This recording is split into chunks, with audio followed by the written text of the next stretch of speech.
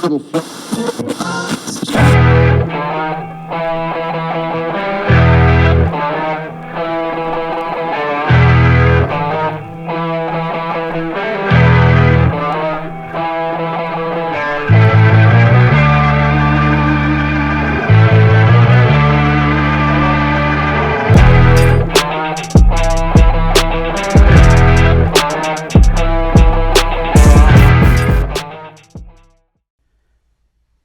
y'all, it's David.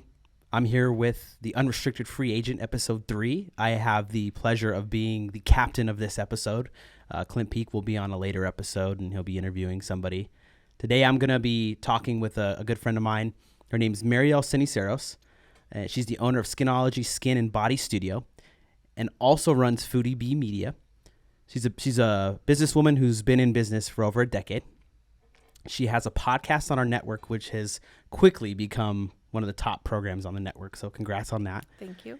And she's also certified in Gua Sha, which is a certification that very few have in the area. Can you give us more insight about that? What is that? Yeah, Gua Sha is the ancient Chinese method of lymphatic drainage using jade stones. And I trained with the master, Cecily Braden. She travels all over the world teaching people how to do this this craft for skincare, and it's truly amazing.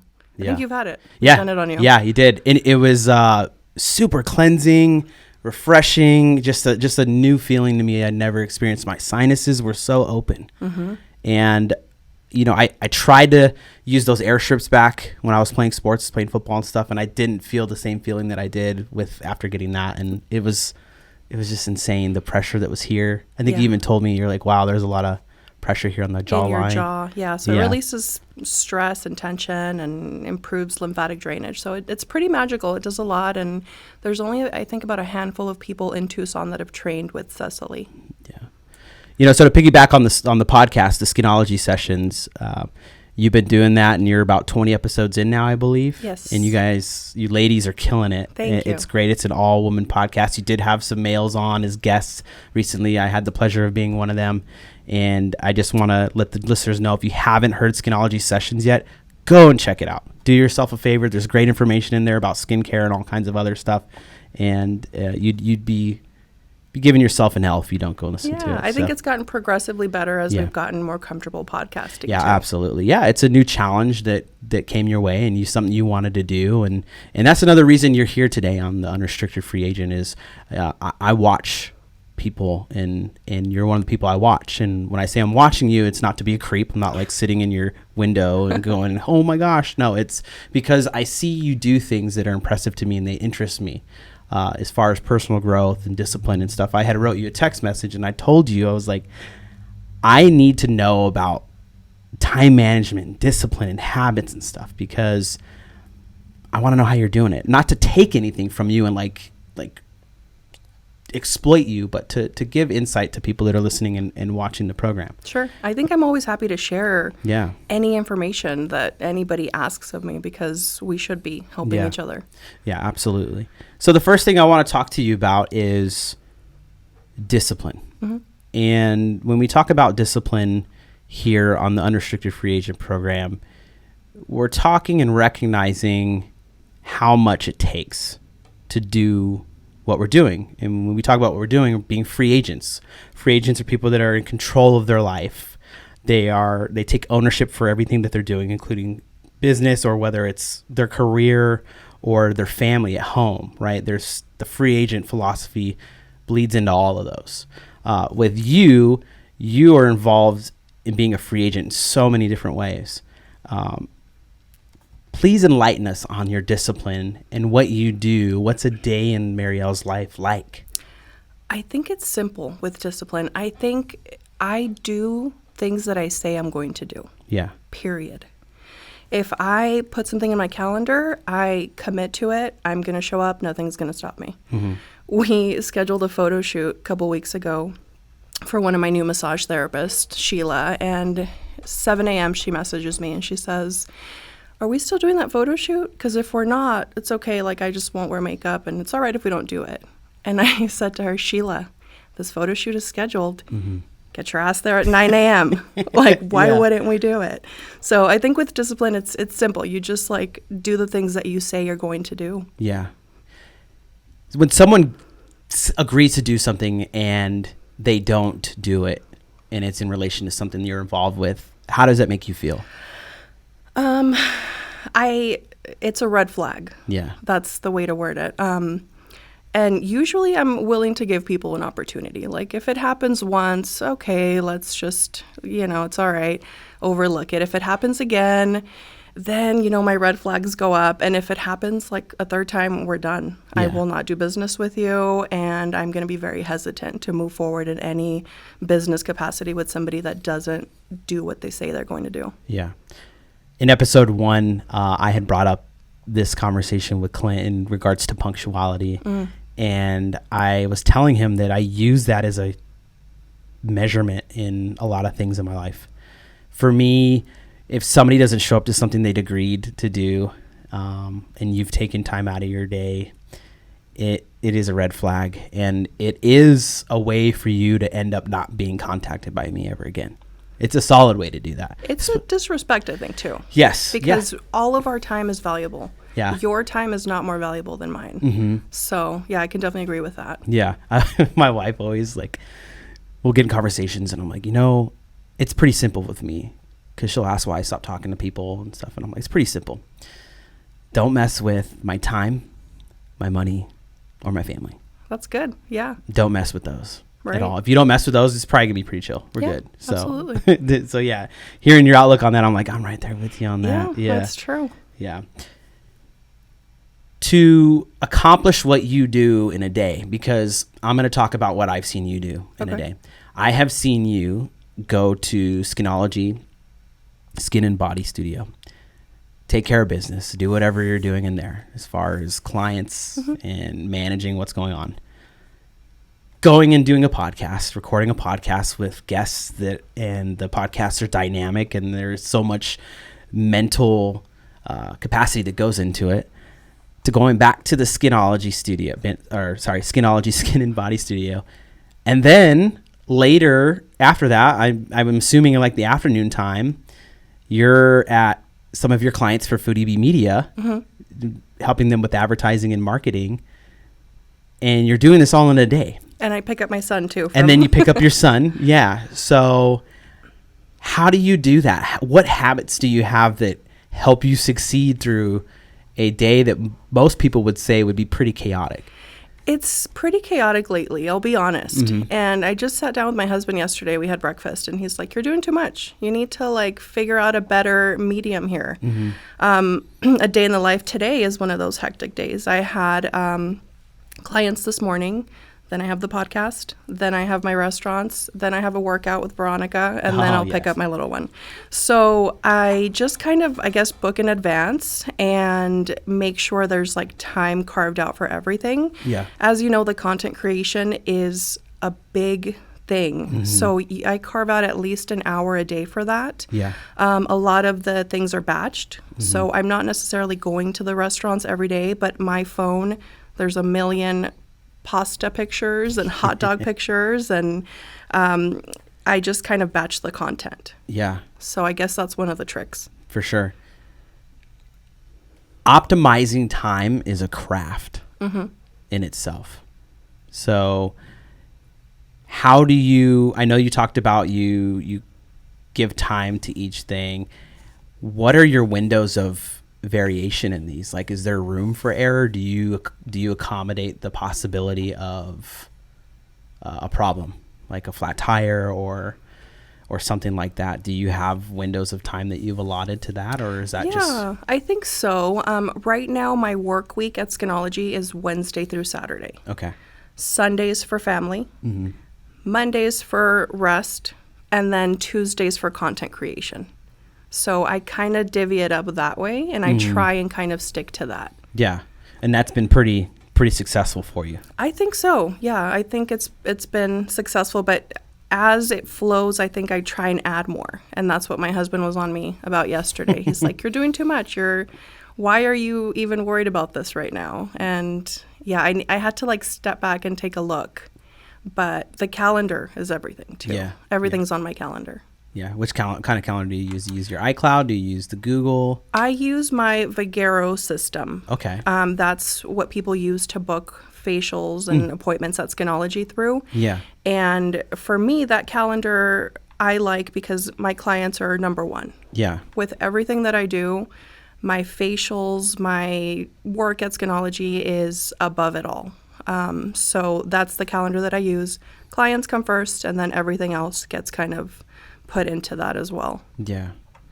What other habits do you have, like positive habits do you have that help you get through? And I'm probably wording it wrong. I'm not going to say get through the day, but help you achieve success through your day. I do a lot of reading. We talked about on the previous podcast that we were big readers. I wake up early and give myself at least 30 minutes of reading time. Yeah. And I read somewhere that 10 minutes of reading time is equal to like 10 minutes of meditation time. So I try and do that every day. Okay. And the books aren't always self-help. I know self-development and self-help is a big thing right now, but my friend came and looked at my bookshelf one day, and he's got like a doctorate degree in healthcare administration or something. And he's like, I read all of these books for my master's program. He's like, you need to read for leisure. Yeah. You need to read something not as intense that's going to have your brain working so much. So now I've taken to reading a little bit more for leisure, novels and things like that. I saw a book that you're reading that my wife just finished recently, Where the Crawdads Sing. Yes. Are you excited for the movie? I'm excited for the movie, and after getting through 11 chapters of it, I needed some Southern food. So yeah, they did. Yeah. I'm like, did you do a boil or what? What did you do? I'm like, I need some cheese grits. I need some like catfish. And we went to Cracker Barrel. That was our meeting yesterday. My husband and I went to Cracker Barrel, and I had my cheese grits after reading that book. So I'm still getting through. So it's a good one. That's a crazy. So I didn't read it. I didn't have to because the wife was keeping me updated on everything. Okay. Even if I didn't watch, she's like, you want to know what's going on? Yeah. Like, I guess. Sure. Don't tell me. I'm still halfway through. Yeah, I know the ending and everything. So even if I wanted to read it, I'm like, well, this is kind of a wash. So, yeah. So that's what I'm reading for leisure at the moment. Yeah. I've tried to do more novels and things like that, but I thought it was really interesting that my bestie, he read a lot of the books that I own for his master's program. So I'm like, we're probably doing something right here. Yeah. Yeah, that's good I'm still working through The Laws of Power. I think I'm almost done. Yeah. I'm about to hit the 40s. Yeah. That's a crazy book. I'm going to take a little rest after that one. I told you. It messes up your mind, like the things that people are capable of doing. Yeah. Yeah. And if you're listening or watching, take time to look into that if you can. We're talking about the 48 Laws of Power by Robert Greene. Yeah, absolutely. Go look at that and check that out. What personal growth methods or mantras or quotes or anything, what are you using to help you grow other than books? Is there anything else you're doing? I know you talked that you're going and doing something fitness-wise today with Veronica. Yeah, I just started working out with Veronica at Pursuit Fitness. Yes. And we're doing strength training 2 days a week. I went in there, just kind of told her I wanted to be stronger.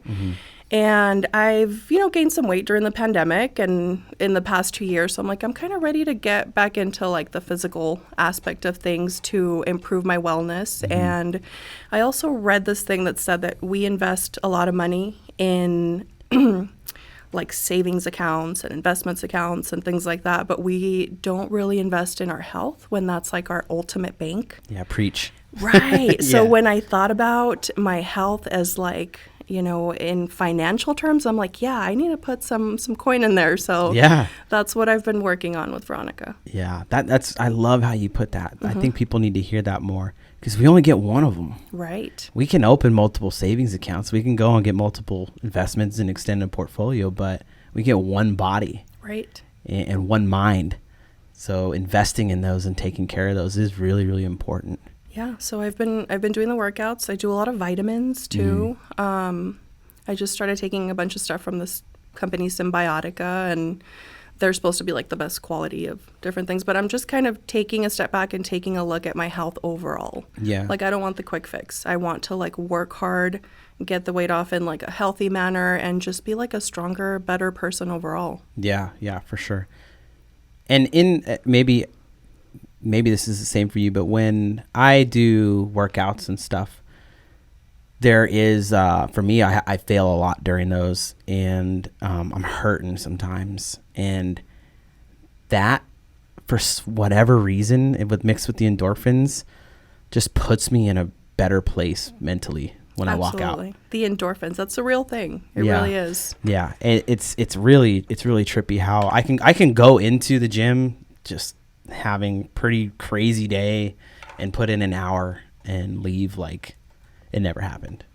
Just because either I've gotten the anger out, like, oh my gosh, I'm so mad, I'm going to use this for my reps, or it just gives me clarity.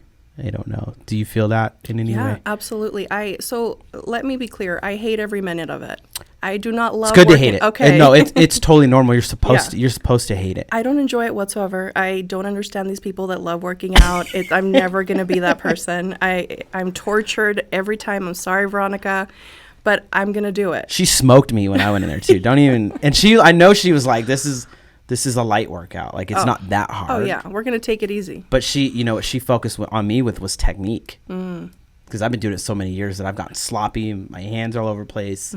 So, but she's great. I really enjoy working out with her. And I made the mistake of going into her group classes because I try to keep up with everybody who's been there for the past 6 months.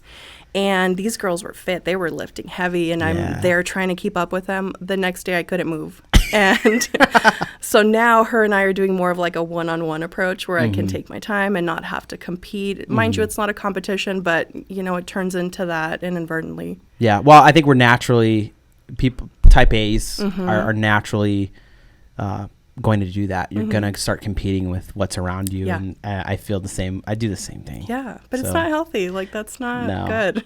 It's not, but I think it separates people from the crowd. Sure. Because if you're in the just standard mode of things, I think you just end up as a standard issued individual, which is okay if you're totally happy about it. I'm not knocking that, but no, it's and another thing about working out is it's a process. It takes time to get results in a world that we're fashioned to believe that results are going to be immediate, they're going to be quick. It's not the truth, and it's another thing that I enjoy because it is a piece by piece process. It's true. I could probably get rid of these pounds that I've gained and do it like in a quick way, doing a fad diet or, cutting carbs or whatever, but I'm just not interested in doing it that way. I really want to do it the healthy way. So it's taken a little bit longer. Yeah. Yeah. And I'm not a health expert, but putting in the work in the gym and getting your cardiovascular system to initiate and work harder is very important for your heart health. Right. And doing the diets and, the keto diet, I am not the biggest fan of that because it puts the body in an abnormal state that is actually dangerous to the kidneys and liver. And I've done keto and it's been successful for me in the past. But again, like, I would like to eat bread. I would like to enjoy some of this food at my restaurant. So that's not like a viable option for me. I'm sorry. Yeah, no, I don't know. Like, if I was taking the pictures that you were, I'd be eating do you get to eat all those meals? I do. I do. Yeah. And the manager at one of the restaurants said to me, "You're going to gain 5 pounds with this job." And I said, "No, I'm not." And sure enough, I gained 5 pounds. So at this point, I've gone through the entire menu.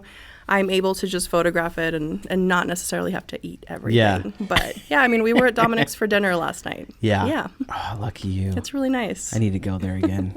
It's a good gig that I have here. Yeah, it really is. I was always wondering, I'm like, does she, like, are they just like making it for somebody and she pops in there and takes pictures? Sometimes. Or they're like, hey, this is for you. Sometimes. So part of the perks. I get paid, but I do get a food credit too. Yeah. So it's nice. That's a deal. It is. It's my dream job. I love it. You live one of the best lives. Like, honestly. Hey, what'd you do today? Well, I got paid to go take photos of food and eat it. Yeah. So you can't beat that. Yeah, and these are great, amazing restaurants too. I think I'd have a hard time if somebody were trying to pay me for food that I didn't like to eat. So I haven't gotten there yet. Yeah. Everything that I photograph, I love. Is there a food you don't like to eat, a specific food? The meats. We talked about this on our food episode. I don't get adventurous with meats. Chicken, steak, fish, period. Yeah. Yesterday I ordered anchovies just because I was curious. I thought it would be like a little tiny fish of some sort. It was like a fish ribbon. Freaked me out. Didn't have it. Hubby had them, and he was trying to make me have one. And no, I don't get adventurous with meats whatsoever. I see. Yeah. Yeah. Anchovies, that's not big for me either. But even like deer and elk and Venison, okay. I can't. No, please don't make me. My wife's the same. I think we swindled her into eating deer tacos one time. Oh gosh. They were delicious. She didn't even know. She did it? Yeah. Elk especially. Elk, you won't even be able to tell. I would know because it's gamey, isn't it? Elk? No. It's like cow. Okay. It's like beef. Yeah, you. I think you'll survive with elk. I think you'll be like, I had no idea. I'll consider it. But I get it. No, I've had some venison that was like, the gamey taste is so gross. You can't do anything with it. You can't season it away. You can't cook it away. It's just there. And if so I don't know if this is true. And this is just information I was given. When it comes to the gamey taste, I was told that it has to do with adrenaline and chemicals that are running through the body of the animal at the time of the kill. Probably. So I was told if you wound a deer and they have a pretty ample amount of time to run and fight and try to survive, that the gamey taste is going to be a lot worse than if you immediately kill them with a good shot. Yeah, that's not convincing me to eat weird meats. Although I just thought about this. I did eat my placenta, though. I don't think I ever told you guys about this. Yeah, I just had this conversation with somebody. It was the wife. So she knew somebody that did that or something. And I'm like, what? Oh, you got to tell me about this. Yeah, so I had a nurse. It was a company here in Tucson. I forget the name of it. She came to the hospital, picked up my placenta. She took it home, dried it out, encapsulated it. Okay. And so, and then she made cookies too. So I had placenta capsules and some oatmeal placenta cookies. Wow. After the birth. It's supposed to help with like hormone regulation and just to heal as a new mom. And yeah, that was definitely something it's one of the weirder meats and things that I've ever eaten. And you went for it. You're like, I went for it. You're going to give it. How did you find out about doing that? Did they reach out to you or did you reach out to them? No, I reached out to them. I think it's just a new mom thing where you're just like researching everything and reading everything. And I had to do it. All of the animals do it. Every single animal in the kingdom does it. Why don't humans do it more often? This is a thing. Yeah, no, I heard it now, and I never heard anything bad about it. I just was like, weird. What does it taste like? Is it okay? But you had cookies, so oatmeal placenta cookies. Yeah. Oatmeal placenta cookies. And then I requested some white chocolate chips in there. Oh, you can customize it. I customized it. Yeah. Wow, that's awesome. Thanks. That if you didn't know, you can order your placenta. You can eat your placenta, and you can have cookies made with it. Yeah, and capsules. Yeah, so check it out if you're getting ready to bring a little one into the world. I think that's cool information to learn. Yeah, I'll have to look up the company. It was definitely here in Tucson, and it was a registered nurse, so it wasn't like some creep or something doing it. It was like a professional. Wasn't somebody that was watching you? No. I'm just joking about me. So every day there's stuff that happens that can cause problems, or we think about stuff in our mind and it relates to failure in some way. So I want to know, when I talk to the guests that are coming on here with me, what the relationship with failure is like. So for me, I want to know what your relationship with failure is like. I think I'm really uncomfortable with failure and really uncomfortable being uncomfortable.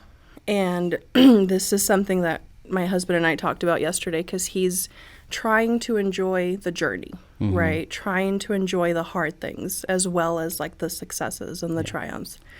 So I haven't figured out exactly how to get comfortable with something like that, but I'm trying. Yeah, I think if it gets hard at one of the businesses, I'm like, let's just sell it. Let's get rid of it. I don't want to be uncomfortable. And this actually went through my mind. We were homesick for a couple of weeks, and it puts you like in a weird, dark place. But I actually said to him, like, we need to sell the businesses and we won't have any stress. But he's like, no, you have to just like live through the failures and get comfortable with being uncomfortable. So I'm working on it. When it comes to failure, are you harder on yourself than the outside world is? Probably, yes, because I feel responsible for a lot of things and a lot of people, and even like, the podcast project started as a group project and then slowly turned into like a project of two. Yeah. And yeah, it was hard to not feel responsible for kind of starting a project like that and not seeing it through. Yeah. But what I've found is that really it's kind of morphed into something better. Yeah. So that was the lesson. Yeah. I feel there's always a lesson to it. It's always, like your husband Gabe was talking about. I think that I've had those days, Marielle. I really have. Like, what the F am I doing? Sell it. Yeah. or there was, with the way inflation and stuff is in the world is right now, we've definitely had to make some adjustments at home that are very, very uncomfortable. And we've had very uncomfortable conversations. And there's been, there was a point where I was like, you know what? I'm just going to go get a full-time job and I'm going to run the business on the side. Yeah. And then, my mentor was like, the hell you are. Right. Don't do that. No. He's like, you'll be right back where you were. You're going to take away everything that you've done. You're going to take a step back and it's not going to go well. And he's just hang in there. Just hang in there. And not long after that, things started happening. And I'm like, oh my gosh, I'm so glad that, that I kept going. And, I read a Thomas Edison quote yesterday or on the last episode, and I still have it here. I have it memorized. I'm so bad at memorizing like quotes verbatim. And, so if you're thinking about hiring me to do script reading or be an actor, pass, move on. Many of life's failures are people who did not realize how close they were to success when they gave. That's that whole 3 feet from gold thing that we talked about with Clint. Yeah. Did you ever hear his Acres of Diamonds? Yes. Same premise. Yeah. Yeah. Yeah. So, yeah, I think sometimes it's just a higher power going. You got to go through the steps. You got to go through the process so you can learn, because this information we learned today is going to become valuable down the road, whether it's you mentoring somebody else that comes to you and goes, I just want to sell everything, or I just want to give up. And you're going to be like, I've been there. Yeah. I don't do it. Yeah. But I still keep my PT license active because it's kind of like on the back burner as like a safety net, because you never really know. Yeah. When it comes to that and security, I think we'd be crazy not to keep certifications or things that can insure us, because at the end of the day, we have to take care of our families. Right. And it doesn't become about us and what we want. At some point when it gets really bad, we have to make sure that our family's eating and our loved ones are taken care of. So, and I have certifications too that I'm working to make sure that I don't lose them, because you never know. You never know. I mean, we went through stuff just recently, like you said, the pandemic. Yeah. The government came and told you that you had to close your shop. Yep. What is that? Yeah. Anything can happen, like some natural disaster could occur, so we always, it's totally fine to have security. Yeah. And we talked about that with the pandemic when my salon was shut down. It was mandated to be shut down by the governor. So it's not like I couldn't really fight it, so I went home and cried. And my husband was the one that was like, you need to change your attitude, like, suck it up, buttercup. We're not going to make it through this pandemic with that attitude. Yeah. So it was like a shift. Yeah. What did you do to counter those thoughts? I converted my business online. I ended up starting like an online store, and I sold all of my skincare products online during the pandemic. Beautiful. So I opened a Shopify and sold skincare. Pivoted. Yeah. How cool is that? And then what else did we do? We worked on the on another website for the restaurant, and it just kind of made it work. Yeah, got the opportunity to change things and find different ways to do things. It was really cool. I know the bakery over here, Copper Creek Cookies, learned a bunch of stuff during the pandemic, and they put in new systems. Yeah, and they have DoorDash now, right? It's amazing. Yeah, it's really cool. It's always good to have somebody at home that helps out too with the personal growth. Yes. It keeps us puts up those guardrails, like keeps us in line, because it's just good to be married to somebody like that, or to know somebody like that. I think that's a huge thing that I don't think a lot of personal growth things cover, right? Absolutely. Like the coaching, and you before the episode, we were talking about becoming I was telling you that I looked into becoming a certified coach, and they wanted $5,000, and I'm like, you know what? I don't need to pay that to help people out. I'm just going to go my own way, because that's crazy. Yeah, like absolutely. That's just, and we're coached by people every day. Yeah. And they don't have certifications. So. I think the spouse that you pick for your life is one of the most important decisions that you're ever going to make in your entire life. Yeah, absolutely. Totally agree. See, we're coming up on the big thing. And this was the first thing I texted you about. I was like, I am just so interested in your time management in and outs, right? I know that you highlighted that you use the calendar, and you put together, use your business calendar to make sure your time is optimized and everything like that. When it comes to your personal life, are you using a lot of the same methods? Yeah, actually, my husband and I sit down on Sundays and we take a look at our week. And we go day by day. And if there's certain days where I need to pick up the littles or drop him off, that gets coordinated then.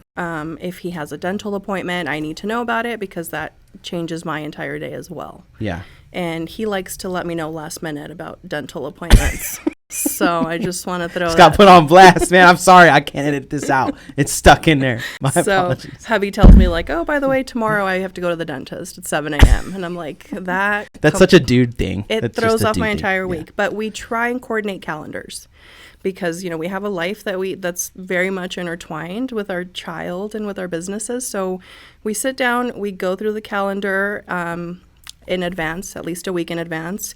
We put in vacations, upcoming vacations. Like our next one is September and November. They're already in the calendar. I carve out at least an hour or two a day for the social media. And then I think the big thing is just filling your day with things that you enjoy doing. Yeah. Because then you're going to want to do it. Yeah. So what I'm learning from you today in this conversation on the Unrestricted Free Agent is there is a consistent and heavy amount of communication between you and your husband. Yes, absolutely. It's very important. Very, very important. There's a lot of stuff getting done because of that. We're a team. Yeah. It's teamwork. It's really not just me. It's all of us. Wow, that's impressive. So that's where we're at now. Yeah. I've learned so much from our conversation with all this today. You have to get on the same page with your spouse, because they're going to be the most important part of your entire day and your life. And you just want to keep each other happy too. Yeah. And if there's miscommunication, that's when problems arise. What ultimately drives you to do everything that you're doing?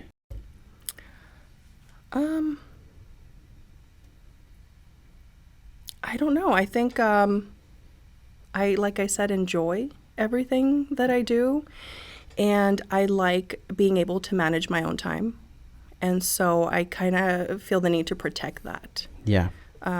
Making my own calendar, never working for somebody else, and never being told where my hours are going, and, not being told that I can't take a vacation. I remember working, in corporate America, crying in the bathroom because I couldn't take a trip somewhere. And it was kind of a turning point, I think, like just thinking in my head, like, I will never have somebody else tell me that I can't go on a trip and build memories and do this with friends. This is BS. Yeah. And here you are. You're an unrestricted free agent. Nobody's in charge of you. You're calling the shots. Right. It's awesome. Thank you. How important is passion in this lifestyle? It's the most important thing of all, because that's what's going to motivate you. Yeah. It's the motivator. Because nobody's coming. We just talked about it, right? Nobody's going to come and tell you, hey, Marielle, you need to go take these photos of this food. No. You need to go and see these clients. You need to go pick your kid up and hang out with your family. You need to go do that. Yeah. Nobody's going to come and do that, right? Or no one's going to tell you it's not okay to sit home in your PJs. Yeah. Because and eat Cheetos. Yeah, and eat Cheetos and couch it. Like, no one's going to tell you that's not okay. Yeah. You have to know within yourself that that's unacceptable and that more is expected from you, because, kids are watching too. Yeah. Families are watching. Yeah. My mom's watching. My son is watching. A lot of people are watching. A lot of people. I told you I was watching. Oh, Not yeah. like that, but like, think about me, right? Mm-hmm. Think about the people that you help succeed with your business. Mm-hmm. And then all the other people that are out. There's people watching you have no idea. All of us. Yeah. There's people watching us going. It's kind of accountability then too, right? Like I would never want to disappoint you guys as a network or my mom who raised me or my little one that's watching or my husband that works so hard. Yeah. Like I need to be working just as hard as him. Yeah. Yeah. That's hard. That's That's a bar. I don't know. I like to be in your guys' friend circle has got to be like, strap your Nikes on, bud, because you're running. We don't have a lot of friends. Is that bad? No. I think there's a correlation between this lifestyle and friends. Yeah. I talked in episode 1 with Clint, and what I noticed with this lifestyle, and maybe you can give me some insight on it, is my friend group has shrank significantly. Mm-hmm. Also, I don't think it's a bad thing that it shrank. And the weirdest thing is I have accepted that I needed to be a lot more open-minded and that I don't want my friends to think the same way that I do. Yeah.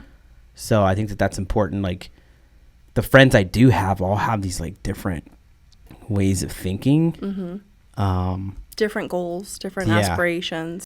But it's so much smaller. Why is that? I think a lot of people maybe think you're crazy. Probably. Yeah.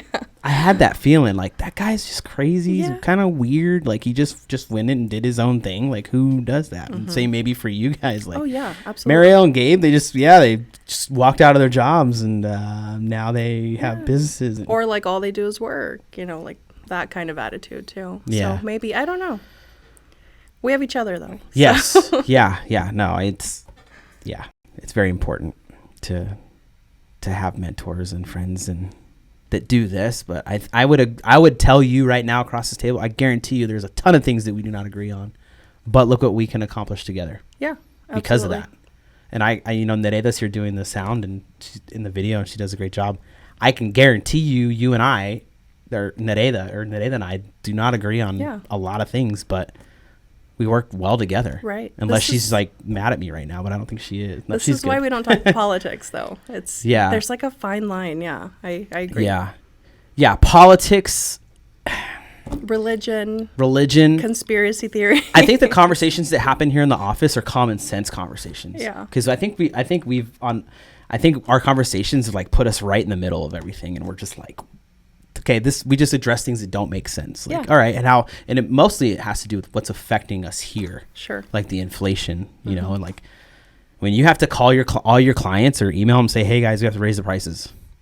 That sucks. Yeah. It's uncomfortable. It's uncomfortable, but what we learned is if we are this is just how it should be all the time. And unfortunately, there's a lot of businesses that don't act this way. I know for sure yours is not one of them. You guys do great. You treat your people, your clients great. I know that. I see them returning. And we did the same thing. We were honest and truthful with them at the very beginning, and we helped them out and everything. And when we called them, said we had to raise our prices. Okay. Yeah. I was like, really? Yeah. That easy? Yeah, okay, sounds good. Just send the invoice. Yeah. So I paid $11 for 4 apples the other day at Whole Foods, and I'm like, is this normal? No. Is this? No. So I won't say we because my wife's an accountant and I don't want to give incorrect numbers here. But I was doing I do a lot of stuff in my head numbers wise. I was kind of like a little math weirdo.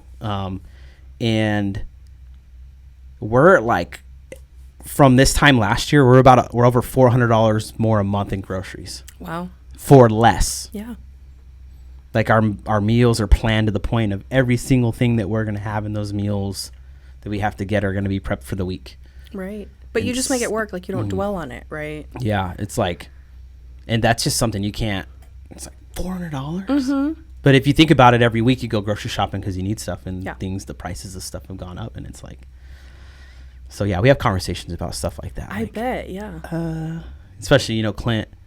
Yes. I just learned that he graduated with an accounting degree. Yes. I did not know that. And I've known him for like 6 or 7 years. Yes. He talked about it in our episode that we did. My gosh. I was like, what? Yeah. I did not know that. I feel so lost. I was The like, Southern Illinois University. I knew that he went. Yeah. I knew that he went to college. You always talk about going to college. I knew that. I did not know that he got an accounting degree. Because all he would ever tell me is like, I'm good at a couple things. Counting money and talking. And driving. That's what he said. Right. Counting money, talking, and driving. So I could see that. I was like, holy cow. But yeah, I went off a little bit on that one anyways. If you get the opportunity to meet Clint, he has a lot of information to give out, and he's going to be one of the hosts on the show. And there was talks about maybe you coming in here and interviewing somebody or talking to somebody about the free agent lifestyle and unrestricted free agent. And I want to reiterate that you don't have to be a business owner. You don't have to just be an entrepreneur to be a free agent. There are people that are in industry or that are in corporate entities that can live this lifestyle, and they do. Yeah, I think it's a mindset. Yeah, it absolutely is. It's a mindset. What do you have any big goals for this next year that you want to talk about? You know, our goals are simple. They've become really simple. Just getting out of debt and maybe traveling in the future. We just talked yesterday about how we don't get excited about a brand new car. That's not exciting to me. Ditto. I like getting home and, you know, knowing that I'm not going to have a car payment. That's better than any brand new car. Do you know what the average car payment is right now? Like $500 probably? Higher than that. Higher? $652. That's insane. That's a flight. For a car payment. No way. For it to sit in your driveway at night when you're not driving it. Think about that. You want to get crazy about it, right? Yeah. Think about how much it costs for it to sit in your driveway every month. Because you're only going to drive it so much. Right. To work, back from work, to the grocery store. Yeah. There's a lot more hours in the day. Right. So it's sitting. I don't get excited about a new car. My hubby drives like a 2001 Explorer, but it's paid off. Yeah. Did it? Yeah. And same thing with my 2012, little Ford Focus. Like, it's paid off, and that's the nice part. So with goals, I think just, getting out of debt and maybe taking a nice vacation or two every year. Yeah. That's it. It's simple. It's gotten really simple. Yeah. If you're ever looking for a B&B, I know of one. Oh, it's yeah. pretty sweet. Yeah. Just gets you away. Just a quick trip. You know what I mean? Yeah. But no, I like that you're talking about the getting rid of debt thing. I'm sure you know, but that's like a huge passion of mine with talking to people. My wife and I, we've had friends reach out and other people reach out asking how to do that. And she's actually put together Excel sheets of their budget so they can go through and know where every single dollar is going. Nice. So they know how much they can budget and pay the debt snowball off of, right? So Alex needs to do her own business. Yes. Alex, who I've never met. I've been trying to get on your show too. David's wife, I know, is an accountant, and I know she's a numbers and a money person, and I think there's a need for that, and that would be a great service. Yeah, I know. I tell her all the time, I'm like, hey, just come, even if it's part-time, just come join the business. So maybe one day, maybe we'll keep chipping at her and she'll do it. I really think she should. Yeah. There's no doubt in my mind that she'd be making tons of money doing that before anything that I do here would. Yeah. So, but it's the security and the safety. Yeah, exactly right. Yeah. And she's in that role right now for us. She knows that, and she's doing that. And that's just when you talk about the relationship and really communicating and being with each other, that's she understands where she's at in the whole picture, and it's really cool. So well, those are great. I admire those goals. Simple. Yeah, simple. Realistic. Yeah. I think that maybe the pandemic changed things because you kind of realize that health is wealth, right? And family is important above all. And the goals have gotten a lot more simple. Yeah. And mind you, I would love a extravagant vacation. Like, I still want to get to Europe. It's on my bucket list. It'll happen. Eventually. Yeah, I think so. I think sooner than later. There's no doubt about it. Especially if you get rid of debt. Yeah. It's crazy how much money you have when you don't owe other people. It's nuts. You're like, well, that's where all of it was going. Right. Or even when we show it like our friends and stuff that have done that, and they're like, car payment, car payment, like 3 cars, or even you're like, no, I will never buy a new car again. I bought a new car once without letting my husband know. I did it once when I You was did it too? Not when I was married. Oh, okay. I didn't need to buy the car. Yeah. I had a perfectly running Ford Ranger. Okay. And I'm like, I want to be cool. So I bought a brand new Chevy Silverado. Oh. And my car payment at that time was outrageous, but it was $350. Yeah. I did the same thing. I traded in my little Volkswagen Beetle when I was having a baby because I thought I want like the nice, safe SUV. I'm a new mom. I'm just going to drive it off the lot. I'm not going to ask anybody. And yeah, it wasn't a great idea. So when I got home, my husband's like, yeah, anything over $500, like we need to discuss. So that's become a rule. I guess I have to check with him on things. No, it's such a good rule. Yeah. It's such a good rule. You have just given solid marriage counseling advice today. Anything over $500, check with your spouse. Yeah. Do you know Dave Ramsey or some of the stuff where he always talks about if it's a big financial decision, sleep on it. That's 24 hours at least. Any decision, you should probably be sleeping on it. Yeah. Dave is a little stuffy for me. I don't love Dave. Yeah. As far as at investment stuff and everything, not a big fan of what he's. Yeah. But I do really thank him and appreciate what he's doing for the individuals that are in that. Sure. In debt. Because he really iterates the discipline to get through it. Absolutely. Yeah. The other financial guy that I love is Ramit Sethi. Yeah. I think I've talked about him before. Mm-hmm. He wrote a book called I Will Teach You to Be Rich. Mm-hmm. And in the first chapter, he talks about how it's not the lattes making you broke. Mm-hmm. Buy your freaking latte. It's not a big deal. So his business principles are a little bit more flexible and a little bit more modern. Yeah. Yeah. Some of Dave's things are a little like, it makes you feel like guilty. You're like, oh, Perrier. Yeah. Oh gosh. My latte. Well, I'm gonna go get my tap water now. Yeah. What would Dave from say? the hose? Yeah. Outside. I don't like the restrictiveness of some of Dave's principles. Yeah.